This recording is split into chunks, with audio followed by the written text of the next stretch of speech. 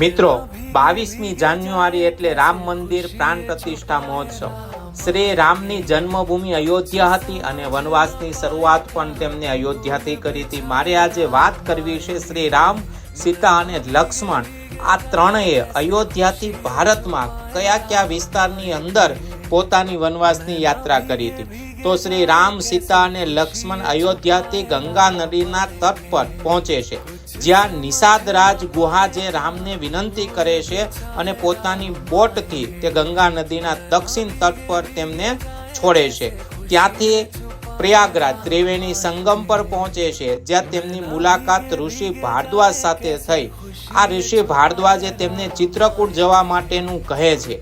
આ એ જગ્યા છે જ્યાં ભરત રામને અયોધ્યા પાછા લેવા માટે આવે છે।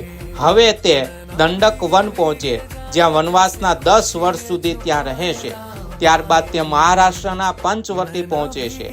આ એ જગ્યા છે જ્યાં રાવણે સીતાનું કપટથી અપહરણ કરેલું હતું। હવે સીતાને બચાવવા જટાયુએ રાવણનો પીછો કરે છે અને આંધ્રપ્રદેશના લેપાક્ષીમાં રાવણે જટાયુનો વધ કર્યો હતો। ત્યારબાદ કર્ણાટકના કિષ્કિંધા હમ્પી પહોંચે છે।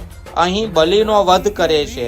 સુગ્રીવ અને હનુમાનની મદદ લઈ અને વાનર સેના તૈયાર કરે છે।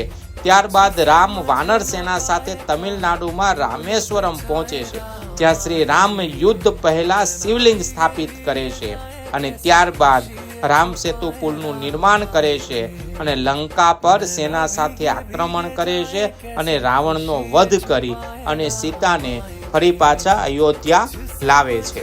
તો આ રીતે રામ પોતે અયોધ્યાથી વનવાસની શરૂઆત કરે છે અને શ્રીલંકા સુધી પોતે વનવાસ કરી અને સીતાને પોતાના અયોધ્યા સુધી લઈને આવે છે। મિત્રો, આ પહેલા તમે આ બાબત જાણતા હતા? કોમેન્ટ બોક્સની અંદર જરૂરથી લખજો।